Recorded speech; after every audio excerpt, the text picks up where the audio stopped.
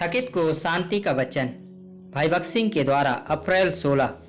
जीवित परमेश्वर के हाथों में पड़ना भयानक बात है। इब्रानियों की पत्री 10 अध्याय का 31 पद। कोरह, दातान और अबीराम उनके गोत्रों के प्रमुख पुरुष थे। वे मूसा से डाह करने लगे और उसके विरुद्ध कुड़कुड़ाने लगे। वे नाम, स्थान और अधिकार चाहते थे। हर देश में हर व्यक्ति की यही इच्छा होती है। वह साथ ही मनुष्यों पर अधिकार और प्रभुता चाहता है और इसलिए हर संभव साधनों से वह उसे पाने की कोशिश करता है।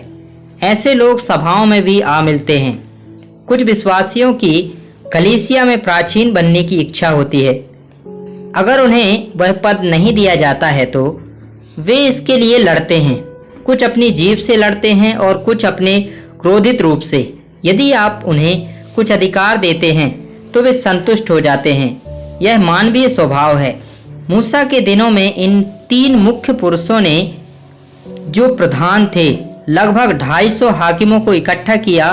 वे बुद्धिमान और परमेश्वर के वचन से परिचित रहे होंगे, क्योंकि वे इन राजकुमारों को अपने पक्ष में करने में सफल रहे। गिनती 16 अध्याय का 2 पद। हाकिमों ने सोचा कि ये तीनों व्यक्ति मूसा और हारून की तुलना में लोगों के कल्याण के बारे में अधिक चिंतित थे, सो वे धोखा खाकर अपनी ओर फिर गए। उन सब ने मूसा और हारून जैसे परमेश्वर के जनों के विरुद्ध विद्रोह किया। परिणाम स्वरूप वे अपनी सारी संपत्ति के साथ निगल लिए गए। गिनती 16 अध्याय का 32 पद। उनका पाप इतना बड़ा था कि परमेश्वर का न्याय तुरंत उन पर आ गिरा।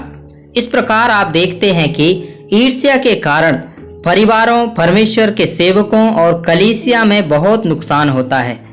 परिवार में हमारी अधिकांश परेशानियां किसी न किसी की ईर्ष्या के कारण होती है। शायद आपका भाई आपके विरुद्ध है या आपकी अपनी बहन आपसे ईर्ष्या करती है। वो आपको कुछ हानि पहुंचाने के लिए अवसर की प्रतीक्षा करती है। कभी कभी दफ्तर में प्रमोशन मिलने पर आपके सहकर्मी आपसे ईर्ष्या करने लगते हैं। सेवकाई में भी यदि परमेश्वर के किसी सेवक को परमेश्वर के लिए उपयोग किया जा रहा है तो दूसरे उससे ईर्ष्या करने लगते हैं। वे सोचते हैं, अमुक को इतना महत्व क्यों दिया जाता है, वह किस मायने में मुझसे बेहतर है। इस प्रकार ईर्ष्या और संदेह के द्वारा शत्रु बहुत हानि पहुंचाता है। ईर्ष्या एक गंभीर पाप है और परमेश्वर उस पाप का बहुत ही कठोर न्याय करेगा।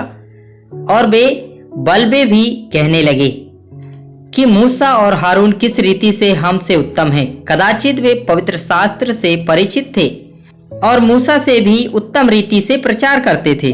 शायद वे अधिक लोकप्रिय थे और अच्छा बोल सकते थे। सो वे घमंड से भर गए और यह समझने लगे कि हम मूसा से अधिक जानते हैं। यही बात आज भी बहुत से लोग कहते हैं। आप किस तरह से हमसे बेहतर हैं? हम बाइबल भी पढ़ते हैं, हम बाइबल को अच्छी तरह जानते हैं। उनके पास बाइबल का काफी ज्ञान है।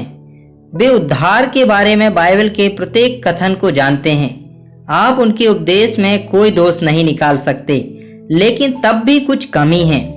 तब उन विद्रोही पुरुषों ने यह भी कहा, तुम क्यों कहते हो कि केवल तुम ही ऐसे व्यक्ति हो जिन्हें परमेश्वर ने अगुवाई करने के लिए चुना है?